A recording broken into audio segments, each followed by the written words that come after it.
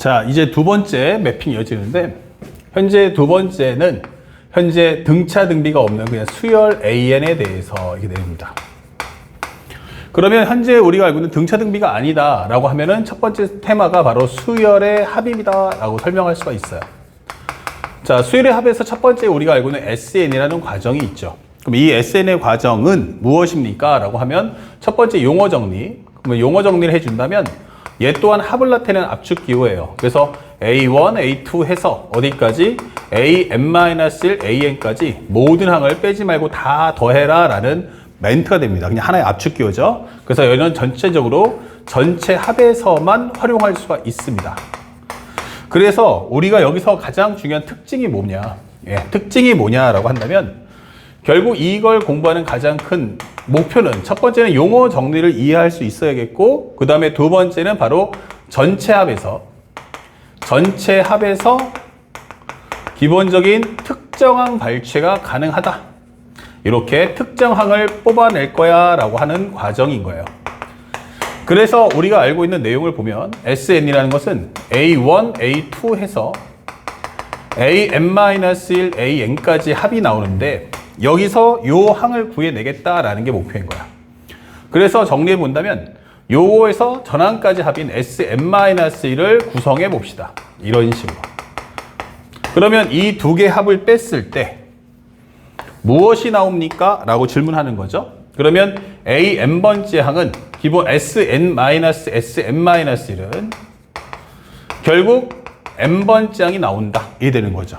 그래서 전체 합에서 바로 N번째 항을 구할 수 있다. 다만 이거는 이제 항의 표현이기 때문에 중요한 건 N 대신에 1을 넣어주면 S0이 돼요. 초항은 A1부터 출발인데요.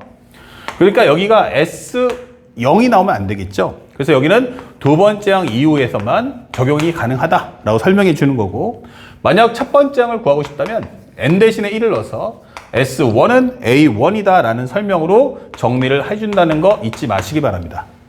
그래서 우리가 또 한 번 정리해 본다면 A1, A2, A3 해서 AN번째 항까지 있을 때 만약 두 번째 항 이후에 특정항을 구하려고 한다면 이것은 기본적으로 SN에서 SN-을 뺀다라는 표현을 정리할 수 있겠고 요 초항에 해당하는 값만 A1은 S1으로 뽑아주셔야 됩니다. 그래서 첫 번째 항을 구할 때와 두 번째 항 이후를 구하는 과정은 다르다라는 점을 꼭 기억해 주시기 바랍니다.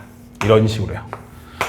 자, 그러다 보니까 심화 과정이 하나 나오는데 그 심화가 뭐냐라고 한다면 결국 이것은 합 이퀄 n의 관계식이라는 설정이 중요합니다. 합 이퀄 n의 관계식이다. 이게 중요해요. 그래서 상대방이 낼 때는 첫 번째로 SN 이퀄 n의 관계식을 줄 수도 있고요. 그런데 중요한 건 이 SN 대신에 용어를 바꿔서 시그마 K는 1부터 N까지의 AK가 N의 관계식이다 라고 설명할 수도 있어요. 시험 자체가. 그 다음에 요걸 항을 펼쳐서 A1, A2 해서 AN까지의 합이 N의 관계식이다 라고 설명할 수도 있는 겁니다. 그래서 이 내용들에 대한 표현법도 우리가 반드시 알아둘 필요가 있음을 잊지 마시기 바랍니다. 아시겠죠? 자, 이런 옵션들 첫 번째 기억하셔야 되고 그 다음에 두 번째 시그마에 관한 설명을 좀 해달라 이게 되는 거야. 그러면 시그마라는 것은 방금 설명했듯이 합을 나타내는 압축기호인데 특히나 얘는 전체 합과 AND 부분합이 모두 가능하다라고 설명을 해줍니다. 그래서 전체 합과 부분합을 다 쓸 수 있기 때문에 합을 나타낼 때는 일반적으로 우리가 이렇게 시그마를 활용하는 경우가 많고 방금 전에 봤던 이제 등차 수열 문제 2번 문제에서도 시그마에 관한 표현을 통해서 바로 뭘 설명했다? 바로 부분합을 설명할 수도 있고 절대값 표현도 가능했다라고 하는 거예요. 그러면 첫 번째는 만약에 이 시그마 뒤에 이 부분 바로 식을 알고 있다면 이게 되는 거예요. 이때는 해석 없이 연산만 잘해 주시면 됩니다. 해석 없이 연산에 목표를 둔다. 그렇다면 첫 번째 우리가 알게 되는 건 무엇입니까? 만약에 시그마 K는 1부터 N까지 여기가 만약 1차식이다. 1차식 그러면 이것은 등차 수열의 합으로 문제를 풀어주시고요. 그 다음에 두 번째. 만약에 여기가 시그마 K는 1부터 N까지의 현재 요 과정에서 여기가 지수식이 나온다면 이것은 등비 수열의 합으로 정리해 주시면 되겠습니다. 그 다음에 세 번째. 시그마 K가 1부터 N까지 현재 K 제곱이 나왔다 라고 할 때만 이때는 6분의 N, N 플러스 1, 2N 플러스 1 써주시고요. 중요한 것은 여기가 K가 1부터 출발해야 한다는 거 잊지 마시고 내가 투입하는 것은 마지막에 N은 바로 이렇게 값이 적용이 된다는 것도 알아두셔야 됩니다. 그 다음에 마지막 네 번째. 만약에 분모의 변수가 존재할 때 분모의 변수 존재한다면 자, 이런 경우는 크게 두 가지가 있죠. 하나는 기본적인 분모에 뭐가 있다?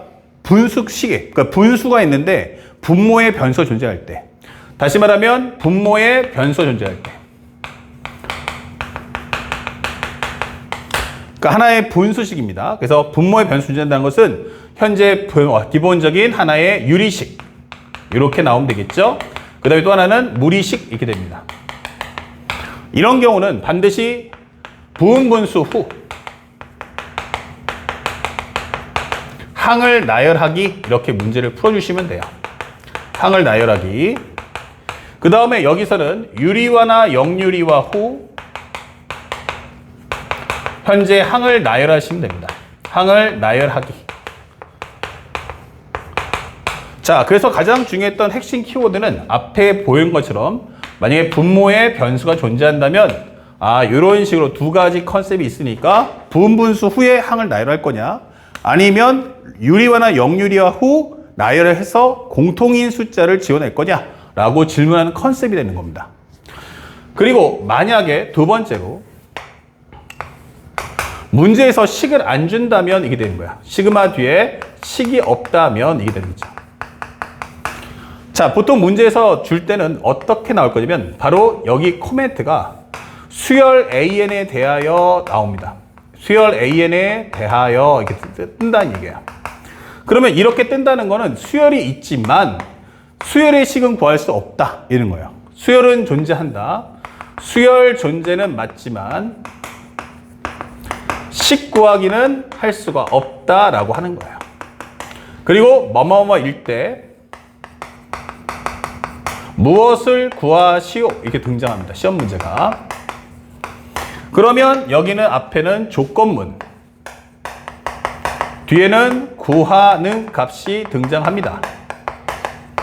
자, 이럴 때는 첫 번째 우리가 알 것은 이것은 절대로 연산이 될 수 없다. 그러니까 여기는 해석을 원하는 거지 연산 문제가 되지 않는다라고 공부하시면 되겠어요. 그럼 우리가 알아야 될 성질은 뭐냐? 시그마 K가 1부터 N까지 AK 플러스 마이너스 BK가 나온다면 이게 되는 거예요. 그러면 이때는 항을 나열하지 마시고 일단 이렇게 각각을 쪼개서 문제를 풀겠다라는 메시지라는 거 잊지 마시고요. 그 다음에 두 번째는 시그마 K는 1부터 N까지 C 곱하기 AK야 잃어버리면 모든 항을 나열할 때 C는 변함없이 계속 공통인수 남기 때문에 얘를 C 곱하기 K는 1부터 N까지의 AK다 이런 과정으로 문제를 풀어주시고 만약에 세 번째로 상수항만 달랑 이렇게 있다면 이게 되는 거야. 그러면 K가 없기 때문에 내가 대입해봤자 값이 안 변하겠죠. 그러면 C가 계속 나열될 텐데 이 C의 값이 총 몇 개가 있다? 바로 N개가 있다라는 의미에서 C 곱하기 N 이렇게 문제를 풀어주시면 되겠어요. 특히나 이 N은 항의 개수다라는 걸 잊지 않고 공부하시면 되겠습니다. 그래서 시그마는 딱 이 정도만 공부하신다면 아마 올해 수능을 보는데 전혀 지장 없고 이 모든 컨셉이 전부 다 시험에 나온다는 걸 꼭 기억하시기 바랍니다. 그리고 마지막으로 두 번째. 우리가 알게 수열의 합이 있다면 이제 두 번째 체크할 부분은 뭐냐? 바로 수학적 귀납적 성질. 다시 말하면 점화식이 됩니다. 점화식을 볼 때는 가장 중요한 특징이 뭐냐? 수열의 종류는 기본적으로 한 종류가 됩니다. and 항의 표현이 몇 개냐라고 한다면 이때는 기본적으로 2개 이상이 등장합니다. 다시 말하면 기본적으로 수열은 AN, BN, CN 이렇게 다양한 종류는 안 되고 한 종류만 나오는데 AN 플러스 1, AN, AN 플러스 2 이런 식으로 항의 표현이 2개 이상이 등장할 거다라고 설명하는 겁니다. 자, 그러면 하나의 시간에 이렇게 등장한다면 이게 되는 거죠. 그래서 상대방이 나한테 줄 때는 이런 식으로 AN 플러스 1은 현재 AN 플러스 네모 이런 형식으로 표현을 하게 될 거예요. 그러면 이때는 목표는 뭐냐면 연산하는 문제가 아니고 이거는 철저하게 해석을 해야 한다. 해석이라는 것은 의미는 기본적으로 항을 나열하면서 흐름을 파헤쳐야 됩니다. 그 항을 나열하며 흐름을 파악한다. 흐름 파악하기라고 설명해 줍니다. 그래서 문제가 쉬우면 상대방은 나한테 이것은 첫 번째로 결과도 중요하지만 결과에서 흐름이 나오는 경우도 있지만 또는 우리가 알고 있는 과정에서 나오는 경우도 있어요. 그러니까 중요한 건 단순하게 값을 구하려고 하지 마시고 그 과정을 꼼꼼하게 전부 다 표현해주는 연습을 해주셔야 됩니다. 문제가 쉬우면은 결과로서 질문할 거고 그 다음에 어렵다 하면은 결과에서는 불규칙한데 안에 있는 흐름에서는 그 과정에서 공통적인 특징들이 보이는 경우가 많다는 걸 꼭 기억하셔야 됩니다. 그러면 이런 점화식이 존재한 상태에서 이제 문제의 레벨을 어떻게 결정할 거냐라고 물어본다면 첫 번째, 만약에 초항값을 주는가? 초항값을 알고 있습니까? 라고 되는 거야. 그러면 이때는 문제가 쉽다가 되는 거야. 왜냐 하면 현재 이 과정은 AN 플러스 1은 AN 더하기 네모기 때문에 말 그대로 작은 항을 넣어서 큰 항을 구하는 식입니다. 그렇죠? 작은 항을 통해서 큰 항을 구한다기 때문에 순차적으로 값을 나열하시면 되는 거예요. 그래서 우리가 알고 있는 A1 값은 얼마? 그러면 A2는 A1 더하기 네모, A3는 A2 더하기 네모 이렇게 항을 나열하면서 흐름을 파악하시면 됩니다. 그런데 만약 두 번째에서 A1이 아니라면 이렇게 되는 거예요. 그러면 이때는 어렵다 이렇게 되는 거죠. 예를 들어서 다섯 번째 항을 주고 첫 번째 항을 구해라 라는 현재 이런 문제가 나온다면 실제 이 식을 통해서 문제를 푸는 건 상당히 어려워져요. 왜냐? 현재 이거는 작은 항 넣어서 큰 항 구하는 거지 큰 항 넣어서 작은 항 구하는 건 아니거든요. 그래서 이런 경우가 발생한다면 이때는 이 점화식을 반드시 수정해서 AN은 AN 플러스 1 마이너스 네모 이런 식으로 해서 구하는 값을 항상 단독으로 만들어 준 후에 수치를 대입해 준다는 걸 잊지 마시기 바랍니다. 여기는 작은 항 넣어서 큰 항을 구하는 거고 여기는 큰 항 넣어서 작은 항을 구하겠다라는 포인트로 식을 만들어 놓고 수치를 대입해야지만 식의 정리를 빠르게 할 수 있다는 걸 꼭 기억해 두셔야 됩니다. 아시겠죠? 그래서 나중에 정리하게 되면 다섯 번째 항이 얼마가 나왔다.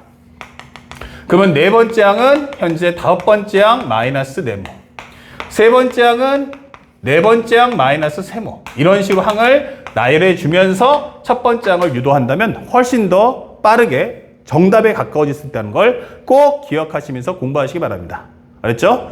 자, 여기까지가 이제 수학원의 마지막 매핑입니다. 꼭 기억하시면서 다음 문제풀이인 5번에서 9번까지의 과정을 정확하게 봐주시기 바랍니다.